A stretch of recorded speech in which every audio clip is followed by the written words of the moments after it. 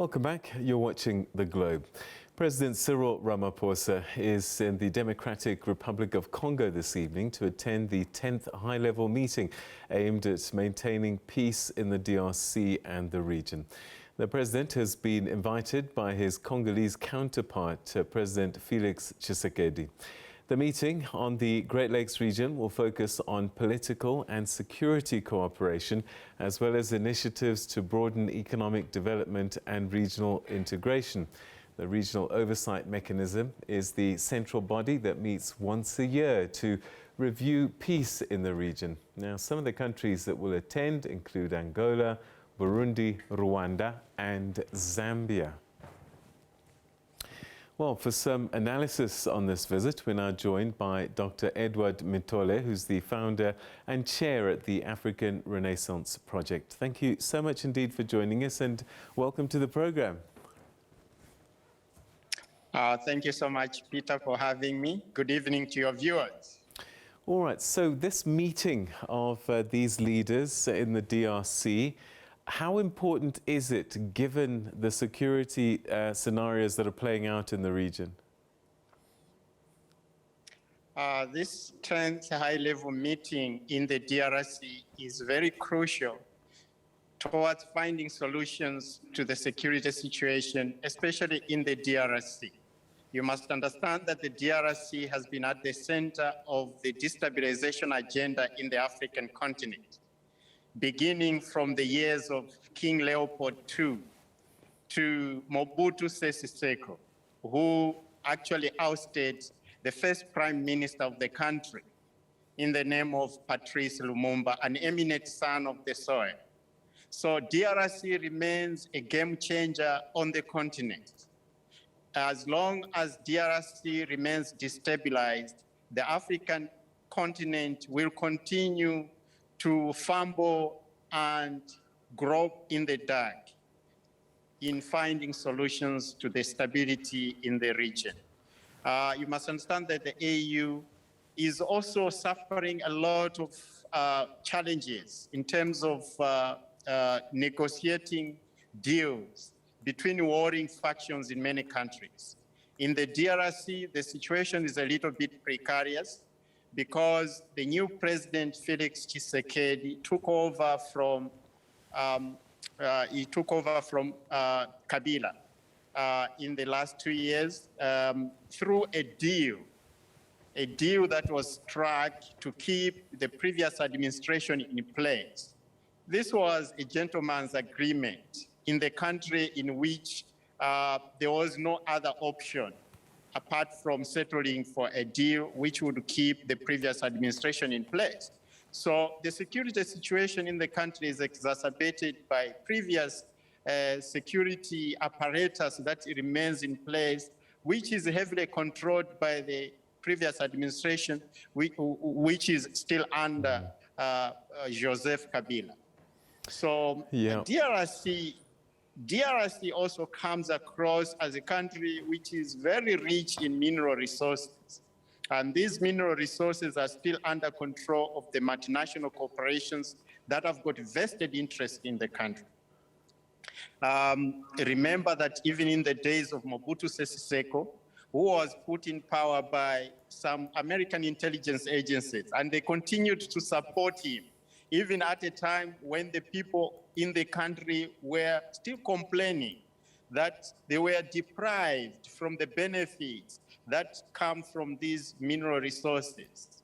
So it is really precarious, Peter, I tell you, to look at this high-profile meeting today coming at a time when the president himself was in an AU summit where he was scheduled to hand over the AU chairmanship to the Senegalese president Macky Sall. He left that AU meeting and rushed back home because there were reports of a planned coup d'etat, which was being engineered by a security advisor in his own presidency, who has got strong links to the previous president.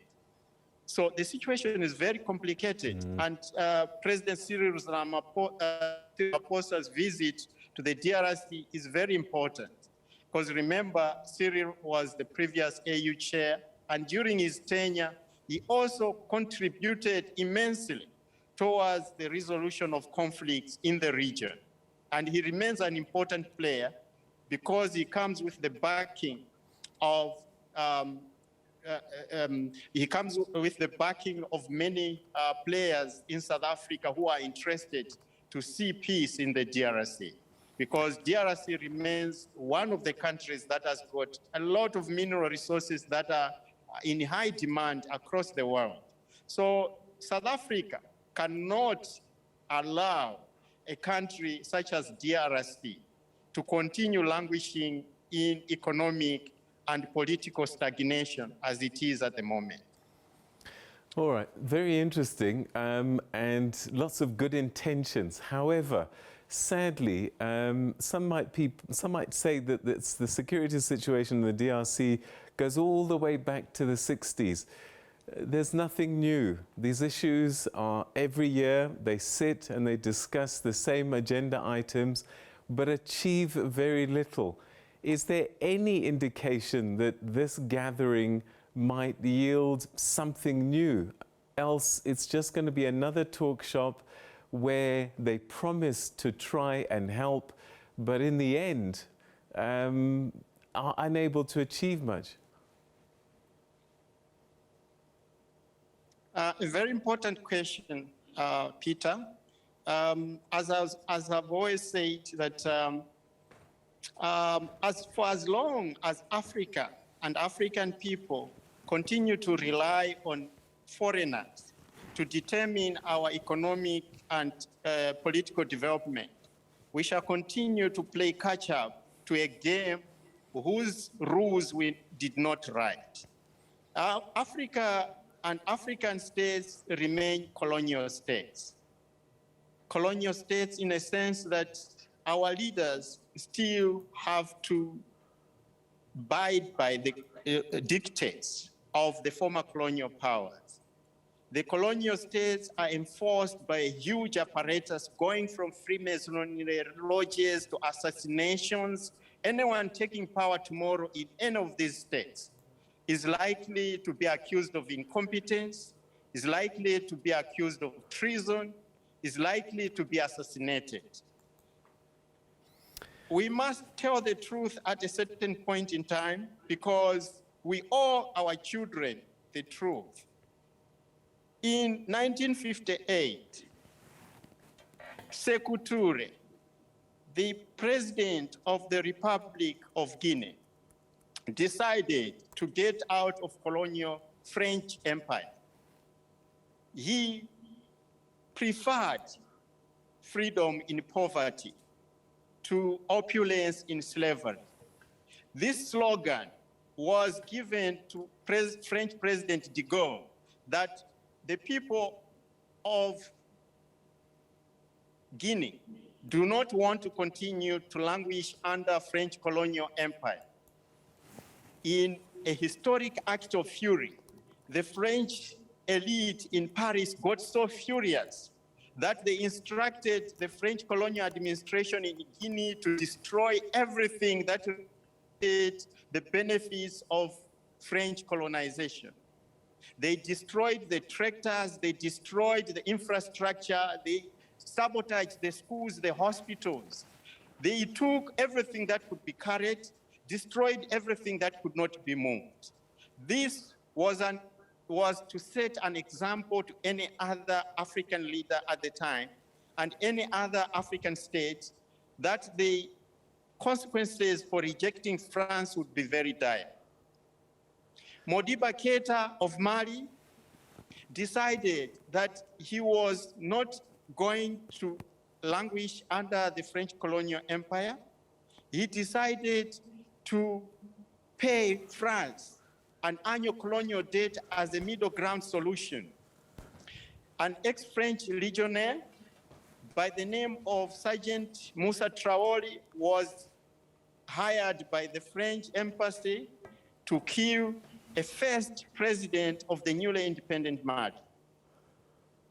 Sylvanus Olympio, president of Togo, a newly independent African country, a tiny country in Western Africa, also negotiated a middle ground solution because he did not want his country to be destroyed. So he decided that he was going to pay France an annual debt to compensate France for the benefits of what they called the benefits of French colonization. He was assassinated by another former ex-French legionnaire by the name of Etienne Nassimbe. Jean Bedel Bokassa was hired by the French elite also to kill another president of the Republic of Upper Volta. There is another president that was assassinated in Central African Republic, David Dacko. These are just a few examples that I'm giving you, Peter Ndoro, tonight, so that we must understand what is at stake, because African people do not understand what is at stake.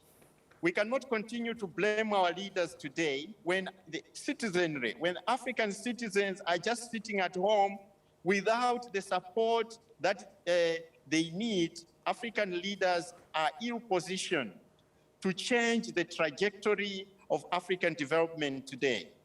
We need to come together as Africans and mobilize in terms of renegotiating some of these things.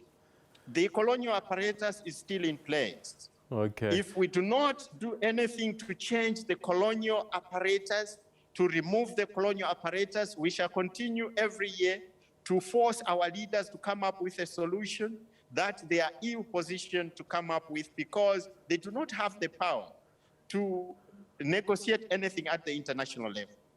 All right, and that's where we're going to have to leave it, Dr. Mitole. Perhaps we can do a catch-up following this gathering just to see what is said. Likely a joint communique will be issued and it will say the right things, but as citizens, we wait and see what actions will translate. Thank you so much indeed for joining us and giving us a really good perspective on the situation in the DRC and the continent at large. Thanks for your time. You're welcome. Thank you for having me. Thank you.